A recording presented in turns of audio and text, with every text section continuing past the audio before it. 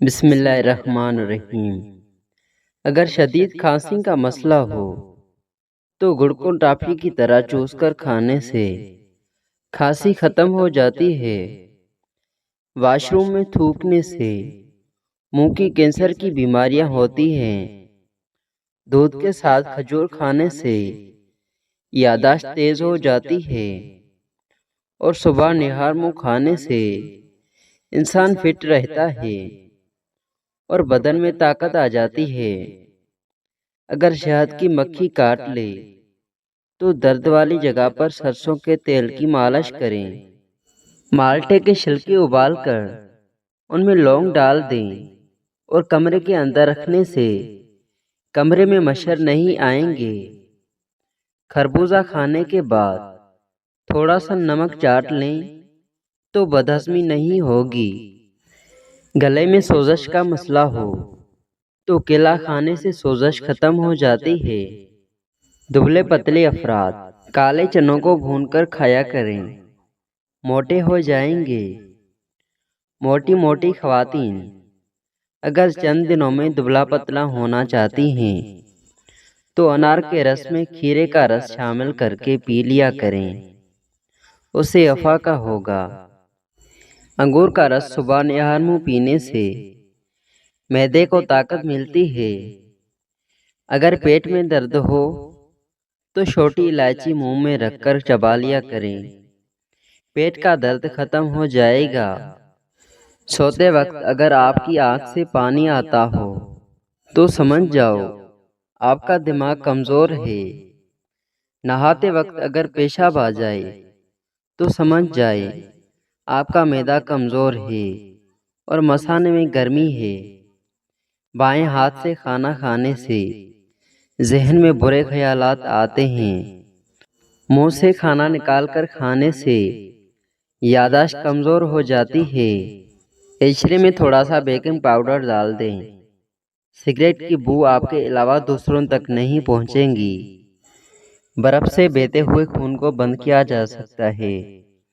جہاں زخم ہو اس پر برف رکھ دیجیے، خون بہنا بند ہو جائے گا۔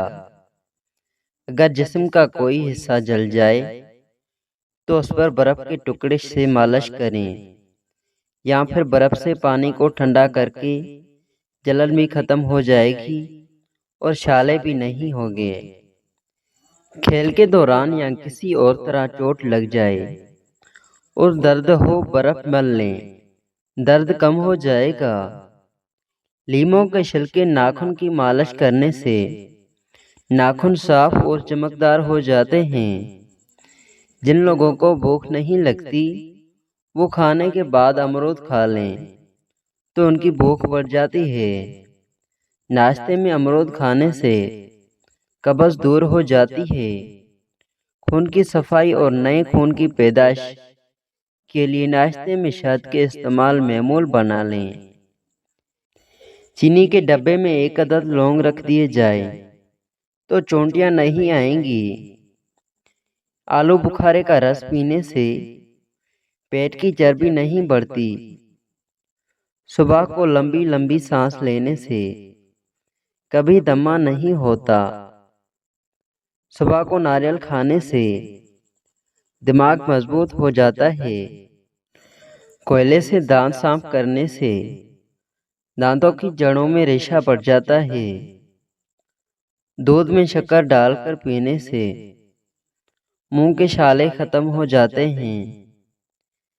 سرسوں کے تیل میں نیم کے پتے جلا کر دانت پر لگانے سے دانت کا درد دور ہو جاتا ہے۔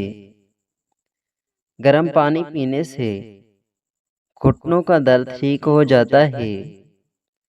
اگر ناک بہتا رہتا ہے تو ادرک کے دھونی لینے سے ناک بہنا بند ہو جاتا ہے۔ اگر آپ کا پیٹ بڑھ رہا ہو تو کچا فالسا روزانہ کھانے سے چربی چند دنوں میں پگھلنا شروع ہو جائے گی۔ کدو کھانے سے چہرے کی رنگت نکھر جاتی ہے۔